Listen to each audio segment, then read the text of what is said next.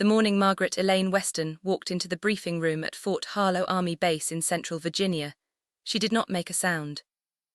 That was something people noticed about her, not her height, not her uniform, not the quiet steadiness in her dark brown eyes. What people noticed was the silence she carried with her, like she had learned long ago that the world does not always make room for a woman who speaks first. She was 38 years old, 12 years of active army service, 2 tours in Afghanistan, 1 in Kuwait, a combat logistics specialist who had moved fuel, ammunition and medical supplies through some of the most dangerous roads in the Middle East without losing a single soldier under her watch. She had a commendation letter from a general most men in this room would have been nervous to shake hands with. None of that was on her face when she sat down. She set her folder on the table, folded her hands on top of it and waited. The room filled slowly. 9 other soldiers and 2 senior officers settled into their chairs, and not one of them looked at her the way they looked at each other. There were no nods of recognition, no quiet hellos, just the faint sound of someone, she would later learn it was Sergeant First Class Dale Prout, whispering something to the man beside him, and then a low chuckle that stopped just short of being loud enough to address. She had heard that sound before, she knew exactly what it meant. Margaret had grown up in Harlan County, Kentucky. Not the romantic kind of Kentucky you see in movies, not horse farms and white fences and rolling green hills. The real kind. A small town where the coal mines had mostly closed before she was born, but the memory of them had never left. Where the men were hard and the women were harder, and where nobody gave you anything you did not earn with your own 2 hands. Her father, Robert Weston, had served in the army in the 1980s. He came home quieter than he left, which was the only thing he ever said about it. Her mother, Darlene, worked double shifts at the county hospital for 31 years as a nursing aide. She retired with bad knees and a small pension and said it was the best job she ever had. Margaret enlisted at 26, after spending 4 years working as a supply chain coordinator for a regional trucking company. She was older than most of the women in her basic training unit, and some of the drill sergeants found that amusing at first. They stopped finding it amusing when she outperformed half the group on the physical fitness test and scored highest in her cohort on the logistics aptitude assessment. She did not brag about this. She wrote it down in a small notebook she kept in her footlocker and said nothing.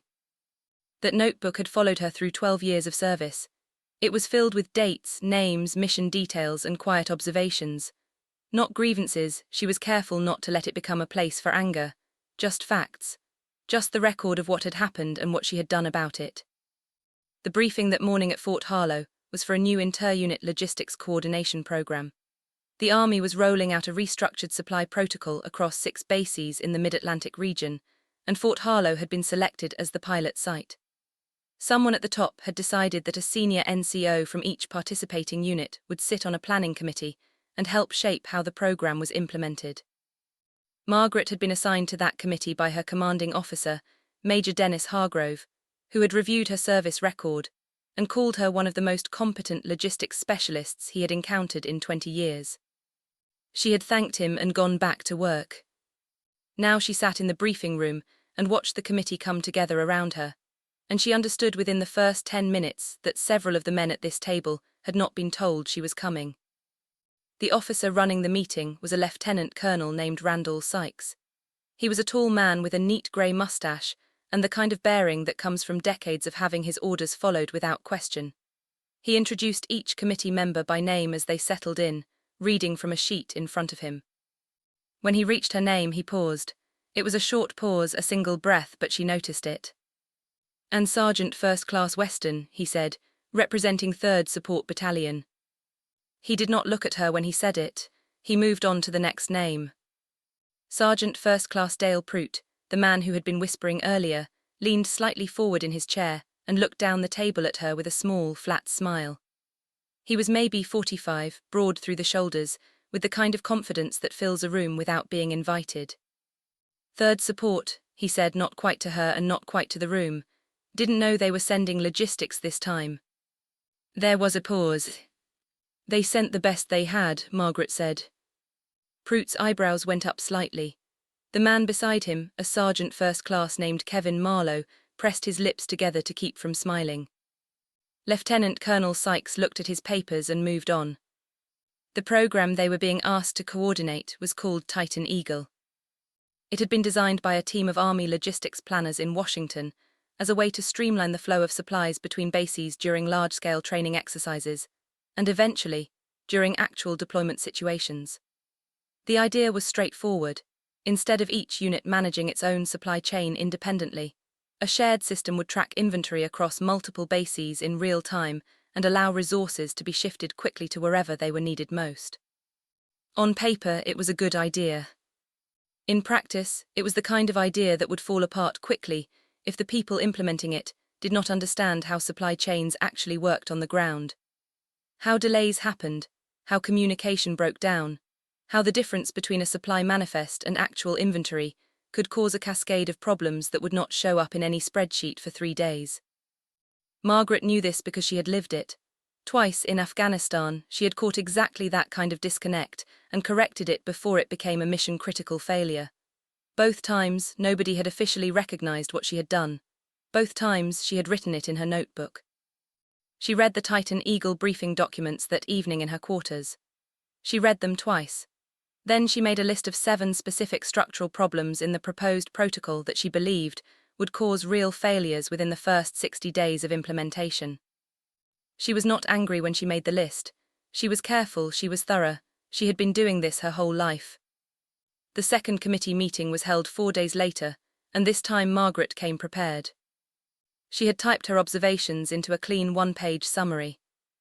Nothing fancy, just the problems clearly stated and a recommended adjustment for each one. She had shown it to Major Hargrove the night before. He had read it, looked up at her and said, "This is good work, Weston. Bring it to the table." She brought it to the table. Lieutenant Colonel Sykes had opened the floor for initial feedback on the program design, and Margaret raised her hand. He saw her. He looked at the other hands first, Proots, and a captain named Holloway from 2nd Brigade, and he called on them first. She kept her hand up. When he finally called on her, she spoke clearly and without rushing. She walked through 4 of her 7 points, keeping each one brief and supported with specific examples from her experience in the field. She slid copies of her 1-page summary to the officers on either side of her and offered to pass them down the table. When she finished, the room was quiet for a moment. Then Prout said, "With all respect, Sergeant, some of this is pretty theoretical." "None of it is theoretical," she said. Point 3 happened on a forward operating base outside Kandahar in 2017. I have the incident report if it would be useful. Prout leaned back in his chair. "Look, the program was designed by people who have a lot more visibility into the big picture than any of us at this table." "The people who designed it," Margaret said, "have never run a supply operation in a degraded communications environment." "I have." Another pause. Lieutenant Colonel Sykes cleared his throat. "Thank you, Sergeant Weston. We'll take your notes under advisement." He moved on.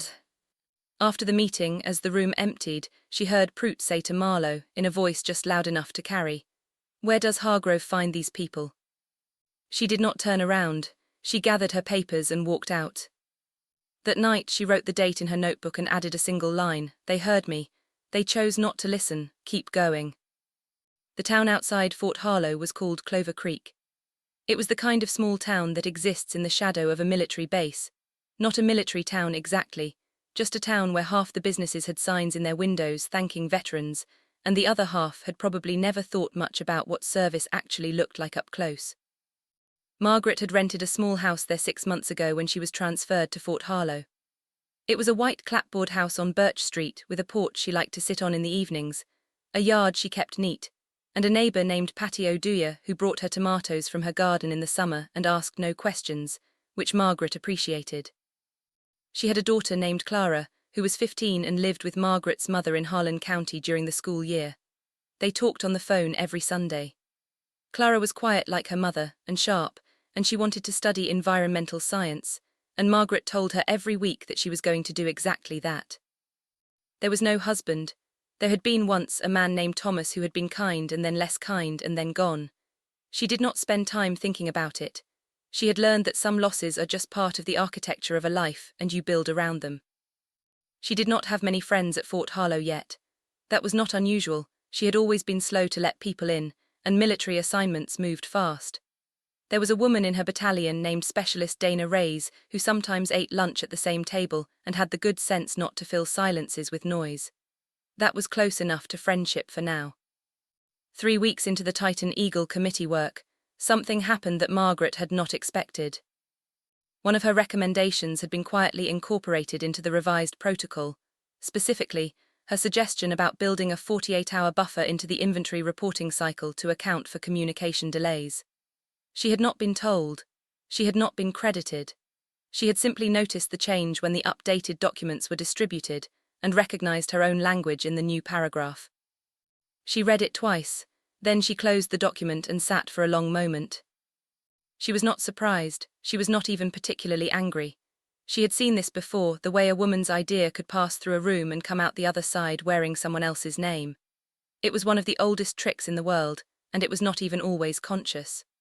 Sometimes people simply heard something, let it settle into their thinking, and later believed it had always been their own. What she felt more than anything was a quiet, steady kind of resolve. She was right, the protocol had been wrong and now it was less wrong. That mattered more than the credit. But she also wrote it down. Date, meeting number, specific language, which document. She wrote it all down in her notebook, carefully and without drama, the way her father had always told her to handle things that might matter later. Don't fight every battle in the moment, he used to say. Just make sure you've got the record when the moment comes. She was beginning to think the moment was coming. The breaking point of Part 1 came on a Thursday afternoon in late October, when the Titan Eagle Committee held its first full integration review. A meeting that included not just the planning committee, but also representatives from each of the 6 participating bases and 2 senior officers from the Pentagon Logistics Office. The room was full. Margaret sat in her usual seat, third from the end of the left side of the table. Lieutenant Colonel Sykes was presenting an overview of the program design, and he was doing so with confidence and polish. He walked through the protocol structure, the timeline, the reporting mechanisms. He cited several improvements that had been made based on committee feedback. And then he said something that made Margaret go very still. One of the key innovations in this revised design, Sykes said, gesturing to a slide on the screen, is the integrated buffer period in the inventory cycle, an idea developed by Sergeant First Class Prout based on his operational experience. Prout nodded from his seat with the modest expression of a man accepting a compliment he had been expecting. Margaret looked at the slide. She recognized every word of it. She had written those words. She had submitted them in her 1-page summary 4 weeks ago with her name on the top of the page. She kept her face still. She breathed slowly. Under the table, her right hand found her pen and held it. One of the Pentagon representatives, a colonel named Fitch, leaned forward and said, "Good thinking, Prout. That's the kind of field-level insight these programs need." "Thank you, sir," Prout said. Margaret looked at her copy of the slide. Then she looked at Prout. He did not look back at her. She thought about speaking. She calculated it in the way she had calculated 100 difficult situations, the risk, the benefit, the audience, the timing. She looked at Sykes, who was already moving to the next slide. She looked at Colonel Fitch, who was writing something in his notebook. She decided to wait. Not because she was afraid, not because she was giving up. Because she understood, with the clarity that comes from 12 years of watching how power works, that this was not the right moment. The right moment would come, and when it did, she would be ready. She opened her notebook under the table and wrote the date, the meeting, the room, and the names of everyone present. Then she closed it and sat up straight and listened to the rest of the briefing, as if nothing in the world was wrong. That was her strength, that was always her strength. The ability to hold something without showing it, to be patient when patience was the most dangerous weapon she had. Outside the window, the October sky over Virginia was a pale, cold blue, and the trees along the edge of the base had gone the color of fire. She watched them for a moment and thought, everything that burns bright does it for a reason. Then she turned back to the table. November came to Clover Creek, the way it always did in that part of Virginia, quietly, without announcement, the warmth simply leaving one morning and not coming back. Margaret noticed it on her early runs. She had run every morning since basic training, 5 miles before 6 a.m. in whatever weather the season brought. The cold didn't bother her. She had run in Kandahar in winter gear in Kuwait heat that turned the air into something you had to push through. A November morning in Virginia was nothing. It was almost peaceful. She used those runs to think.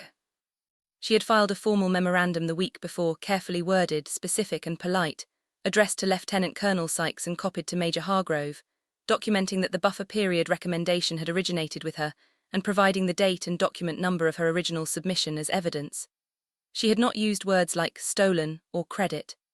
She had simply presented the facts in the clearest language she knew, and let the facts do what facts are supposed to do. She had not heard back.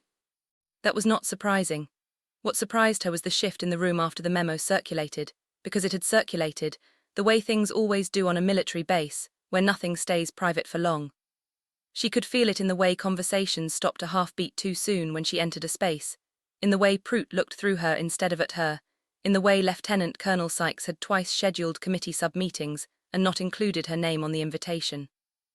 She was being managed, she had seen it done to others, now it was being done to her. Specialist Dana Reyes, who ate lunch at Margaret's table and had the good sense not to fill silences unnecessarily, sat down across from her one afternoon in the dining facility and said without preamble, "Prout's been telling people you're difficult to work with."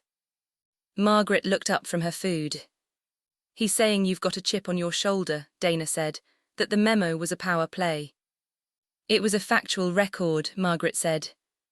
"I know that," Dana said. "I'm just telling you what's going around." Margaret nodded. She appreciated Dana for this, for the directness, the lack of drama, the simple offering of information that a person needed to have. "What are people saying about the memo itself?" Margaret asked. "The content?" Dana was quiet for a moment. "Nobody's really talking about the content." That was the answer she had expected. That was always the answer. When a woman documented something uncomfortable, the conversation almost never stayed on what she had documented. It shifted to her, her tone, her motives, her personality, her history of being difficult. The original issue became the background and she became the story. She had watched it happen to others. She had always thought, when she watched it, that she understood what it felt like. Now she was learning that she had only understood it the way you understand cold water before you step into it. In the second week of November, Margaret received a formal response to her memo. It came from Sykes's office. It was 2 paragraphs long. The first paragraph acknowledged receipt of her documentation. The second paragraph stated that, following a review, it had been determined that the buffer period concept had been developed through collaborative committee discussion, and that individual attribution was neither accurate nor appropriate. She read it twice. Then she folded it and put it in the manila envelope she kept at the back of her locker, behind her spare uniforms, where she kept every document that mattered. She had been in the army long enough to know that a 2-paragraph non-answer was not a conclusion. It was a position, and positions could shift. She called her mother that Sunday, as she always did. Darlene Weston was 71 now, slower than she used to be but still sharp in the way mountain women tend to stay sharp. Something in the years of hard living keeps the edges clean. "How's the new assignment?" her mother asked. "Complicated," Margaret said. "Is it the work or the people?" "The people." Her mother made a soft sound, not sympathy exactly, more like recognition. "You handling it the way your daddy taught you?" "Keeping the record," Margaret said. "Good girl," her mother said. "You just keep the record." Clara got on the phone after that and told her about a project she was doing on wetland ecosystems, and for 20 minutes Margaret listened to her daughter's voice and felt the weight of the week ease a little. Just a little. Enough. December brought a development that changed the shape of everything. The Titan Eagle program was moving into its first live implementation phase. One of the 6 participating bases, Fort Caldwell in North Carolina, had been selected to run the initial trial, and a small team from the planning committee would deploy there for 3 weeks to oversee the rollout. Margaret was not on the deployment list. Major Hargrove called her into his office to tell her himself, which she appreciated. He was a decent man, Hargrove, not a fighter, but decent. He looked uncomfortable, which was a kind of honesty she respected. "The list was put together by Sykes's office," he said. "I understand," she said. "Weston," he stopped, started again. "I want you to know that I submitted your name." She looked at him. He came back with operational need considerations. Hargrove said. Said he needed continuity at Harlow while the team was deployed. She nodded slowly. Continuity at Harlow, that was the official version. The unofficial version was that Dale Prout was on the deployment list.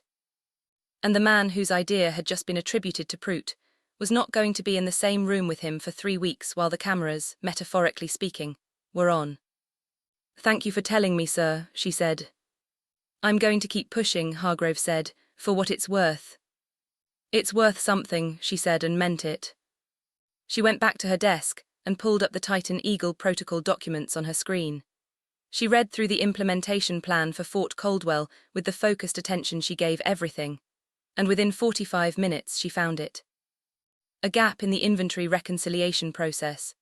A specific scenario, a multi-vehicle equipment transfer happening simultaneously with a base-wide system update that the current protocol did not account for. If that scenario occurred during the Fort Caldwell trial, which was entirely possible given the timeline, the inventory system would generate false shortage alerts that could trigger emergency resupply requests, wasting resources and potentially compromising the credibility of the entire pilot program. She wrote it up, clearly, specifically, with the exact page and section number of the protocol where the gap existed. She brought it to Hargrove. He read it, he looked at her, he picked up his phone and called Sykes's office. The gap she had identified was real. That much became clear over the following week, as Sykes's staff reviewed her analysis and eventually, quietly without announcement, updated the implementation plan to address it. Again no credit, again no acknowledgement. But this time something else happened. Colonel Fitch, the Pentagon representative who had been present at the integration review, had apparently been monitoring the program closely. His staff had seen the updated implementation plan and noted the change. Someone on his staff had compared the new version to the old one and asked a question: where did this correction come from? Margaret did not know about this at the time. She was managing her regular duties, attending committee meetings where she was increasingly spoken over, and spending her evenings in the small White House on Birch Street reading through every document she had collected about the program with the patient, steady attention of a woman who has decided to be very, very sure before she moves. It was Patty O'Dwyer, her neighbour, who kept her grounded during those weeks. Patty was 64, a retired schoolteacher, and she had an instinct for knowing when a person needed to sit on a porch and talk about something other than whatever was eating at them. She brought over soup one evening, and they sat in the cold air of the porch, wrapped in their coats, and talked about Patty's granddaughter, who was learning to play piano, and about the deer that kept eating Patty's garden, and about a book they had both somehow read in different decades and remembered differently. Margaret did not talk about Titan Eagle or Dale Prout or Lieutenant Colonel Sykes. She talked about Clara and wetland ecosystems and whether she should get a dog. It was the most normal evening she had in months, and she drove to work the next morning feeling steadier than she had in weeks. The lowest moment came in January. It came in the form of a performance review. She had always received strong reviews. Her record was consistent and clean. Major Hargrove had been her reviewing officer, and his assessments had reflected what was in her service record: competent, reliable, exceptional in logistics, strong under pressure. This review was not written by Hargrove. Due to a paperwork reassignment, a bureaucratic shift in supervisory chains that happened as part of the Titan Eagle Committee restructuring, the review had been routed through Sykes's office. Sykes had delegated it to Prout, who was technically her peer, but had been granted temporary supervisory authority over committee members for administrative purposes. The review described her as resistant to collaborative processes and prone to individual action over team integration. It noted communication challenges and difficulty accepting direction from senior committee leadership. It was not a termination document. It was not even a formal reprimand. But in the careful language of military personnel records, it was a mark. The kind of mark that follows a career the way a shadow follows a person on a sunny day, present, consistent, and attached to them in ways that are hard to explain to anyone who hasn't felt it. She read it sitting at her desk, door closed, and she let herself feel what it meant. She had spent 12 years building a record. She had carried fuel through dangerous roads and coordinated medical supplies in the dark and solved problems nobody else could see yet. She had done it without complaint, without politics, without cutting corners. She had done it the way her father had taught her to do things, completely, quietly, and with her name standing behind every decision. And now there was this. 2 paragraphs from a man who had taken her work and her ideas and put his name on them, telling the Army of the United States that she was the one with the problem. She sat for a long time. Then she opened her notebook. She wrote the date, the document number, the name of the reviewing officer, and the name of the delegating authority. She noted the specific language used. She noted that the review had been processed outside the normal supervisory chain without her prior notification. Then she wrote one more line, the kind of line she rarely let herself write, because she saved it for the moments when she needed to remember what she was actually doing and why. They think this is over, it isn't. She requested a meeting with the base JAG office, the Judge Advocate General, the Army's legal corps, on a Thursday morning, and was seen that afternoon by a young captain named Andrea Morse, who had close-cropped natural hair, and the careful, deliberate manner of someone who had learned to be precise with language, because language was the tool of her trade. Margaret laid out everything. Not with emotion. She had learned long ago that emotion, even justified emotion, makes people nervous in official settings. She laid out the timeline, the original submission, the integration review meeting, the Sykes response, the implementation plan correction, the performance review. She had copies of every document. She had dates and document numbers and specific quoted language. Captain Morse listened without interrupting. At the end, she was quiet for a moment. "This is a detailed record," she said. "I was taught to keep records," Margaret said. Morse looked at her. "The performance review is the part with the most procedural issues. The supervisory delegation was unusual." "Yes," Margaret said. "I can look into the chain of authority on that," Morse said. "I want to be honest with you, this is going to take time. And it's going to be uncomfortable." "I'm comfortable with uncomfortable," Margaret said. Morse almost smiled. "I'm going to need copies of everything." "I have them," Margaret said. She set the manila envelope on the desk. What happened over the following 6 weeks was not dramatic. It did not happen in a single confrontation or a public moment or a shouting match across a briefing room table. It happened the way real things usually happen, slowly, in pieces, through paperwork and conversations and quiet discoveries. Captain Morse's review of the performance review process found a procedural irregularity in the supervisory delegation that required correction. The review was flagged and placed under review pending clarification of the chain of authority. That didn't erase it, but it put a question mark next to it in the official record. And in the Army, a question mark next to an adverse document is a significant thing. Colonel Fitch's staff, meanwhile, had continued their comparison of the protocol versions and had traced the buffer period language to its source. They had found Margaret's original submission, dated and filed, and they had found the date of the integration review at which Prout had been credited, and they had done the math. A quiet inquiry had been sent to Sykes's office asking for clarification on the attribution. Margaret did not know about this until Major Hargrove came to find her one Tuesday morning and told her that she had been invited to brief Colonel Fitch directly on her role in the protocol development.